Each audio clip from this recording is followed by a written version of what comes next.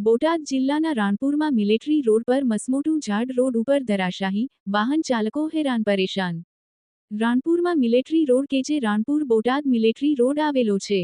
Canal પાસે એક મસમોટું ઝાડ રોડ વચ્ચે પડ્યું છે, જેના કારણે ટ્રાફિકને અવરોધ ઊભો થયો।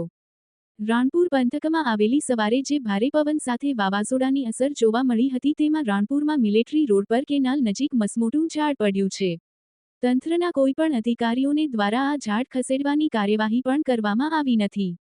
આ રોડ ઉપર ટ્રાફિક ધમધમતો હોય છે। સારંગપુર, ગઢડા, બોટાદને જોડતો મુખ્ય રોડ છે। વહેલી સવારે આ પડેલું મસમોટું ઝાડને કલાકો વીત્યા છતાં તંત્ર દ્વારા દૂર કરવામાં આવ્યું નથી।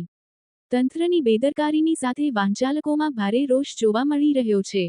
વિપુલ લુહાર, ન્યૂઝ 14 રાણપુર। મારું નામ ચાપરાથી પ્રતાપસિંહ ડોડિયા। આજ રોજ સવારે વહેલી સવારે 5ના સુમારે ખૂબ વધારે પવન ફૂંકાયો હતો, જેને વાવાઝોડાના સ્વરૂપમાં પણ કહી શકાય।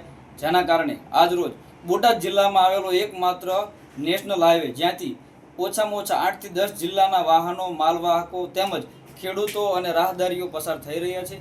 આજની પરિસ્થિતિ એવી છે કે છેલ્લા 8 કલાકથી આ પડેલા વૃક્ષને હજુ સુધી હટાવાયું નથી, જેના કારણે અકસ્માતની ગંભીર પરિસ્થિતિ સર્જાય એવી હાલ સ્થિતિ સર્જાઈ રહી છે।